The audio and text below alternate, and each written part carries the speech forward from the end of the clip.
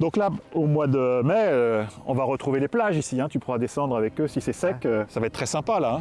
Là, on a une cigogne qui a passé au-dessus du château. Voilà.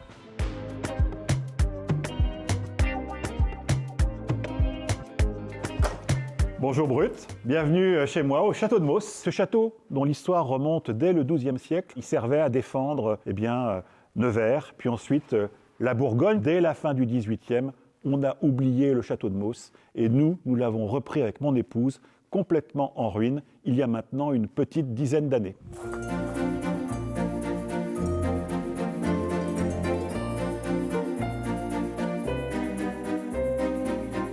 Peut-être arrêtons-nous dans cette pièce emblématique du château de Mauss, là-haut. C'est un magnifique trésor que nous avons découvert derrière plusieurs couches d'enduit. La majorité des voyageurs sont des familles qui prennent plusieurs chambres ou qui privatisent tout le lieu parce que c'est l'idéal pour les familles. On l'a restauré dans cet objectif d'en faire non pas un château musée mais un château vivant et donc la présence de famille est capitale. Les voyageurs sont très sensibles quand ils viennent ici à cet environnement verdoyant, à cette eau vive qui coule dans la rivière, à ces bruits d'animaux et à tous ces oiseaux. Donc pour moi, c'était une évidence que d'utiliser le site environnant pour apporter un plus.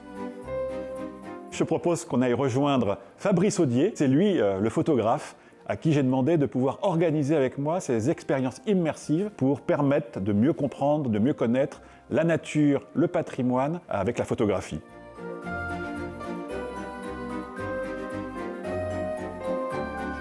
C'est ouvert à tout le monde, que ce soit les enfants jusqu'aux personnes les plus âgées. Tout le monde y trouvera son compte s'il y a, je sais pas moi, n'importe un papillon ou quoi que ce soit, leur apprendre comment on l'approche. Tout le monde arrivera à trouver son intérêt et s'exprimer suivant ses émotions, suivant ses sensibilités. Les gens qui viennent au château de Mauss, pour qu'ils gardent un souvenir profond, bien ancré et être vraiment authentique avec eux, il ne faut pas simplement les laisser tout seuls. Donc moi, mon rôle, c'est vraiment qu'ils se rendent compte que ce n'est pas simplement une chambre dans un monument historique, c'est toute une préservation d'un environnement, c'est un château et son paysage, c'est un paysage et sa nature, et c'est cette nature avec ces animaux qui sont tout autour, c'est un ensemble.